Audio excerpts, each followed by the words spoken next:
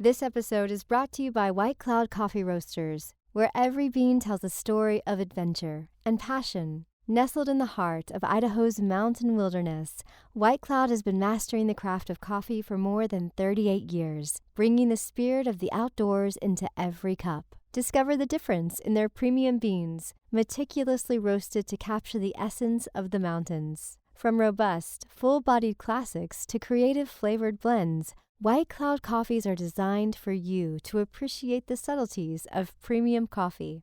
Now, listeners of our podcast can get an exclusive 10% discount. Just use the promo code CREATIVITY at checkout. Visit whitecloudcoffee.com and use the code CREATIVITY for your 10% discount. Start your adventure today. Journey to whitecloudcoffee.com.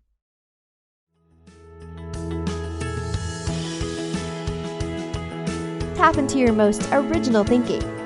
Organize your ideas and create the opportunities to launch your creative work. Unlocking your world of creativity with best-selling author and brand innovator, Mark Stinson. Hello, friends, and welcome back to our podcast, Your World of Creativity. We talk a lot about how to get inspiration for our creativity and how to launch our work out into the world. And many times I call it unlocking your creativity because somehow we think it's in a vault somewhere, but sometimes it really is overcoming adversity. And that's why I wanted to talk to our guest today, Michael W. Allison. Michael, welcome to the show. Hey, thank you so much for having me here, Mark. I appreciate it. It's going to be a great conversation. Michael is the driving force behind the Adversity Academy. He's its founder, CEO, and executive chairman. And Michael, you're building quite an executive leadership team around you. I'd love to start there and just talk about the collaborative nature of creativity and how that helps us overcome the challenges that we face sometimes.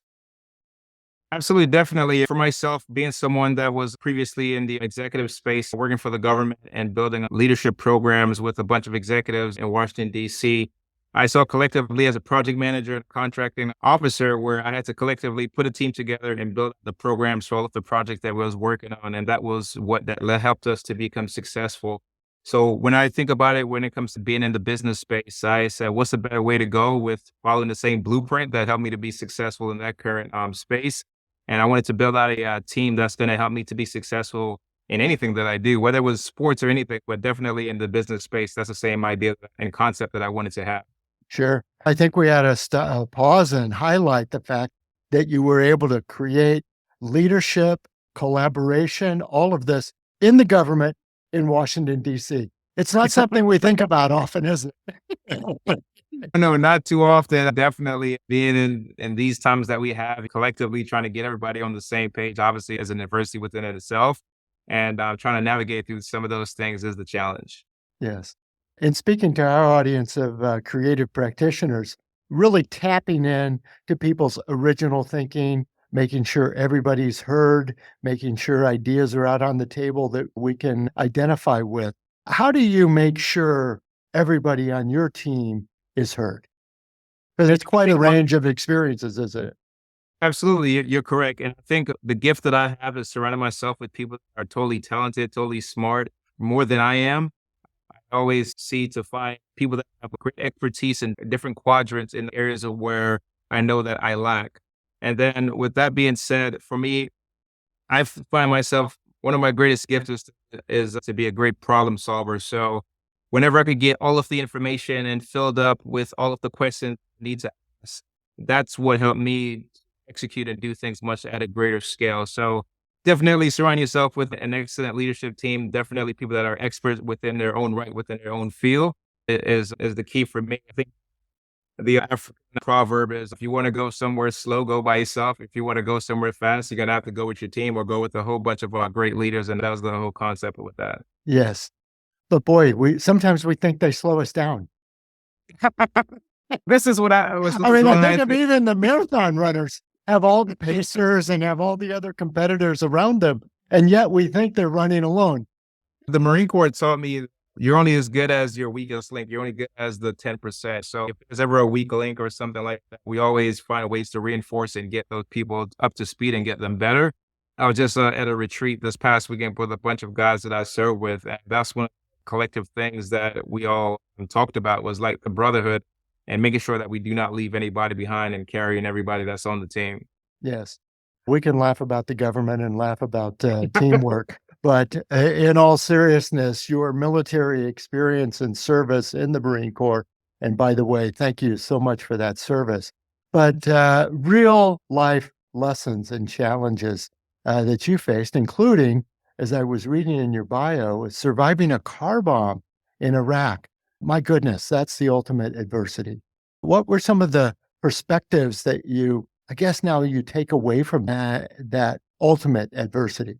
It's a lot that I took away from that experience, and it's really ultimately coming out, putting life and putting things in perspective. Mhm. Such a young age, I was overseas in Iraq fighting a war, doing a normal delivery for our crew. So we're delivering water, we're delivering ammo, and we're delivering MREs to my crews.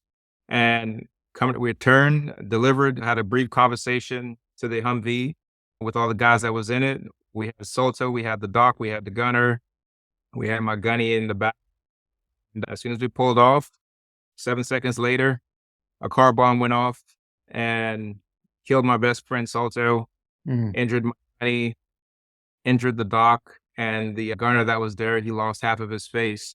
And as soon as I pulled away, the shrapnel, the explosion, everything from there obviously injured my shoulder, scars, and all those different things that impacted our tank. And when I say put things in perspective, I was 7 seconds away where that could have easily been me. So when I look at some of the things that I took away from that is I live my life honoring those guys and telling my story as I'm here on your podcast. Make sure that people that are listening live their life to the maximum, live their life to the fullest because tomorrow is not promised.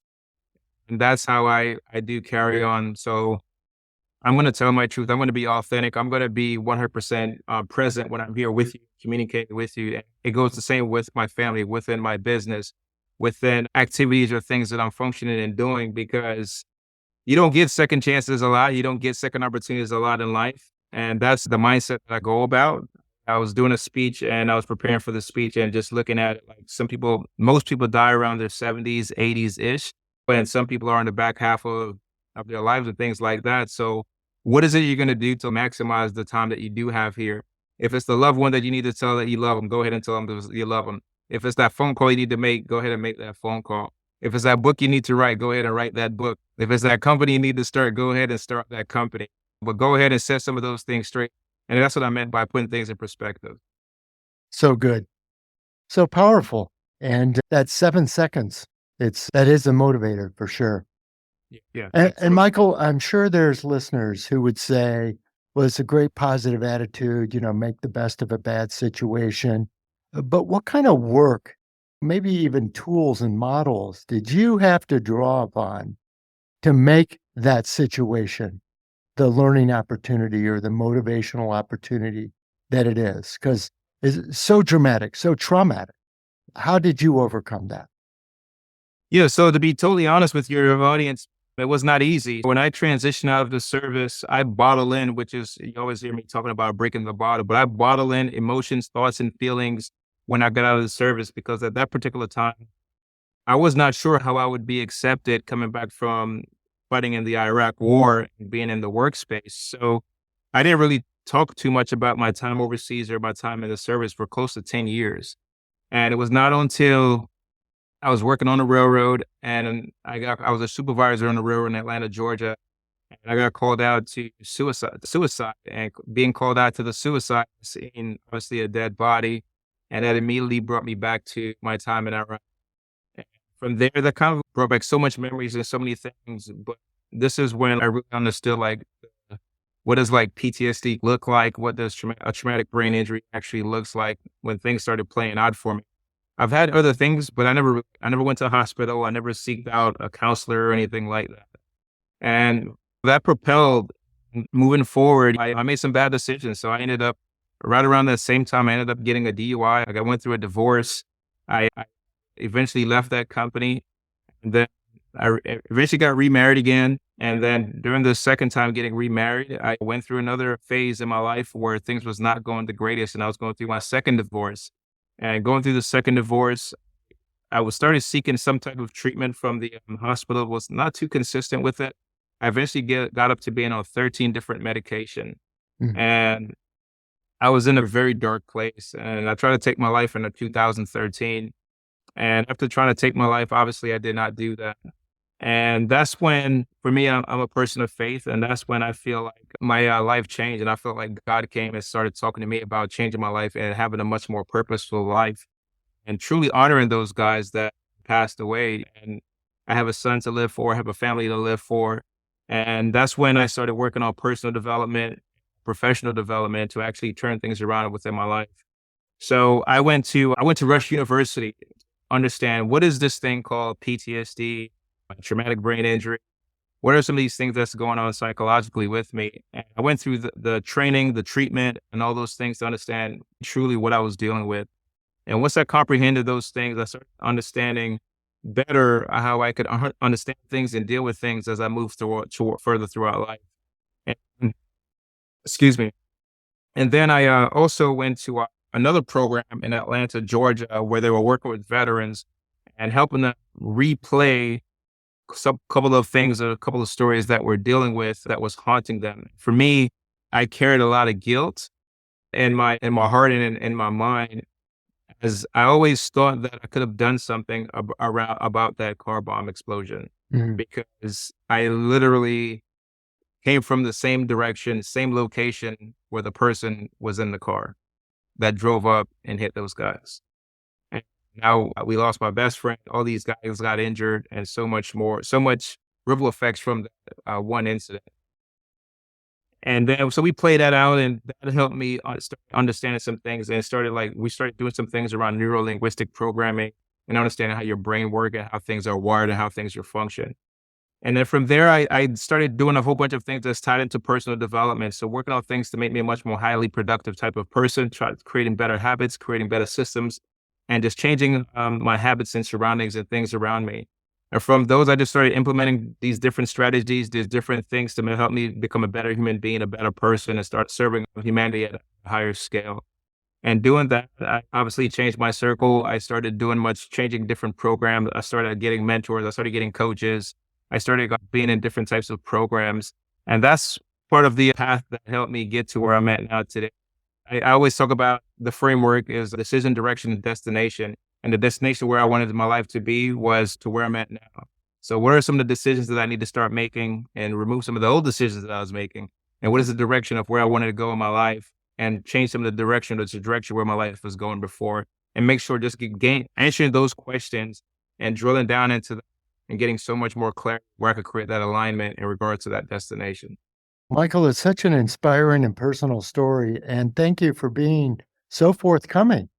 Everyone talks about authenticity and vulnerability, but you're living it, and I can learn a lot from you just in that area. And at some point, Michael, you said, I will not only improve my direction, but I want to help others improve and make the most of their direction. And so as an author, a TEDx speaker, you host your own podcast on overcoming adversity. You've decided, I want to make impact. I want to affect other people's lives. Where was that turning point for you, that it really became a service, not just improving yourself? So when I actually left that job working on the railroad, I volunteered at a hospital in Miami, Florida for 1 year. And volunteering at the hospital, I saw so many other veterans were dealing with some of the same things that I was dealing with. I thought I was just in that bottle. I was just in my own little space, and I was the only one that was dealing with some of the same things. And once I started being in some of these groups and started sharing some of my stories, some of my experiences, of some of the things that I was dealing with and some of the things that I was going through, I found out there is so much power within your voice. There is so much power within your story. There is so much power that's within you that you're capable of in regards to just sharing your own story. And for me, deciding to share my story with other people and me trying to turn my life around and change my life, I was not in a perfect space, but definitely trying to change my life based off where I was at before. I found that I was connecting with these veterans based off my story. So once I decided to do, I got connected with a guy in San Antonio, Texas, and we sat down and he said, "Hey man, tell me your story." I wanted to write my own story in regards to like writing my own book. Hmm. Once we sat down, he said, "Wow, man, you have such an impactful story. I think you need to peel back the layers to your story and actually see what it looks like when it comes to a book, because I think that you could help so many people." At that moment, though, I did not know if I was ready to be transparent and totally vulnerable with some of the things that was going on within my life. I sat on that story for about 6 years. I was still helping people and talking to them about some things that they could implement in their lives and change their lives. But I had childhood trauma from a younger age that I was not ready to speak about or talk about or put within a book yet. Hmm. It was not until I got through the right counseling, the right counselors, the right people around me to help me free myself or breaking the bottle of some of the things that was holding me back, that's tied to the limiting beliefs or even like imposter syndrome, thinking I may be less than someone. I can't speak. I can't write a book. I can't go out and tell my story, those types of things. And it took around 2, 3 years ago where those decisions started to change. And once that changed, I said, let me go ahead and write this book. I wrote the book with 90 days. To writing the book, we had a great turnout in regards to the launch of the books. We sold over 1,000 books. Plenty of people was giving me compliments. But what I found from the stories were the connections. The feedback was, wow, man, you were so brave to write that book. I know that. I've been in your shoes. I have a family member that's been in that shoes. I have a brother that served in the military that still has not spoken from Vietnam, from Desert Storm, these types of stories that I was hearing, and I was realizing the impact of me sharing my story. From there, I got called to do a TEDx, and I went to go do my TED Talk. And after my TED Talk, there was a crowd of people around me asking me about my story and how much of an impact it made for them. And they asked me, can you come and speak at our church? Can you come and speak to our workforce? These different types of conversations I was having. Then I started seeing the impact of what my story was. When I was someone that was bawling these stories, I was ashamed of it. I did not feel like I could even talk about some of the things that occurred to me as a kid, or even when I served in the military, or when I was going through my divorce, or some of the things with being a dad, being a parent, being a Hmm. husband, being a dad, some of the things that affect me when I was working professionally and trying to manage and deal with some of those things. Truth be told, I found out those traumas, those stories was actually my gift to actually, those adversities was actually my gift to share with other people and help other people. And from there, I said, let me just package this, and decide to see what I could do with this package of what my life was, what my stories were, what are my accomplishments, and see how I could make it impact where I could inspire people and empower people, have them live a life much more of a bigger purpose and a greater purpose, greater than themselves. Yes. I'm glad you mentioned this word package and create models and tools and exercises. And I found the Adversity Academy a nice clash of words. It's adversity, and then you put academy. It's I'm just going to teach and share the research, the technology, because it's not just reading a Zig Ziglar book. Sometimes we need a little bit more than just motivation, right? These are classics, and I'm taking nothing away from Zig Ziglar. Yeah, when I first created the company University, I was working with a marketing person. He was like, "Are you sure you want to name your company Adversity Academy?" And I said, "Yes, I'm sure I do." I said, "This company exemplifies who I am." And when you look at it, you could look at it from the negative aspect, which is why he was asking me that question, or you could Yes. look at it from the opposite side of that, where the opposite for me of adversity is resilience piece of things. How do you fight? How do you push back? How do you become that person that you was destined to be? And that's what our programs is all about, is developing leaders that are much more resilient in any space there are, whether it's your personal life or your business life, your professional life, or your career, or anything like. But we try to create that identity. We try to create that mindset throughout our different courses and different programs with the people that we're working with. So good. And as people begin to look at it, as tools, as exercises? Do they begin to embrace the adversity and say, okay, now I need to take this on? How is that received? Yeah, so that's the key. So we actually go through the program where initially we're going to go through some of the barriers and some of the things that are holding you back. So that's where I always talk about your limiting beliefs, your imposter syndrome, some of these thoughts and feelings that you may have been harboring or carrying your whole entire life that's keeping you from making decisions and problem solve or working with people or having that conversation. So we go through some of those things with me and obviously our business partners. We do have people that are from the clinical aspects of things that we do work with that help people get past some of these things. But definitely within the training, those are some of the things that we're targeting and trying to help individuals or companies. Where if we're looking at things from a business aspect, where are some of the things that are impacting you from getting you to the next step? We don't even need to get to Z. We just need to get to B. Let's get from A to B, if it's a small step or whatever it may be. But that's what the biggest impact that we're trying to work with people on.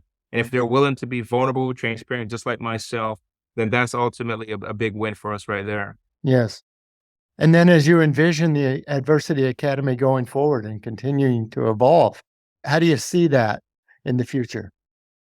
My big vision for this company is for us to be a global brand where we could travel across the United States. We could travel in different countries and we're serving different companies. We're serving different individuals and we're teaching them our curriculum. We're teaching them our programs and we're helping making an impact within their company where we could get them results. We could get them growth. We could get them profits.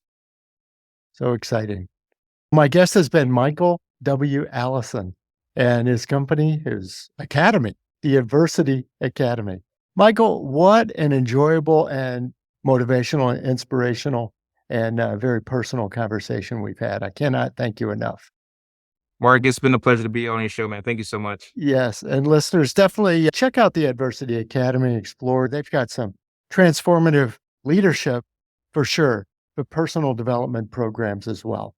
And I think, Michael, you would agree that I want to make sure that any listeners who are having maybe suicidal thoughts, may have a friend that might be expressing these suicidal thoughts, definitely seek out your local resources. There's crisis hotlines, there's help out there. So we should definitely take advantage of that. Agreed. And thank you for sharing that helps you personally. I think that helps us all. So listeners, we've been talking about resilience. We've been talking about overcoming obstacles to get in our creative work. And sometimes it's not enough just to say, oh, come on, get up, let's do it. But to build the team around you, to gain the resources, the tools, the models, the exercises that Michael has shared with us today, that's the key sometimes to unlocking our creativity. So come back again next time. We're going to continue our around the world journeys. We love to talk to creative practitioners around the world. I think we've talked to people in some 25 countries. We've got listeners in even more, and we love making connections to see how we can develop our personal and professional creative endeavors. So come back again next time. And until then, I'm Mark Stinson, and we'll keep unlocking your world of creativity. Unlocking Your World of Creativity with best-selling author and brand innovator, Mark Stinson. This program was produced by BSB Media, creators of IntelliKey Leadership Stories, Unlocking Your World of Creativity, and thepeaceroom.love.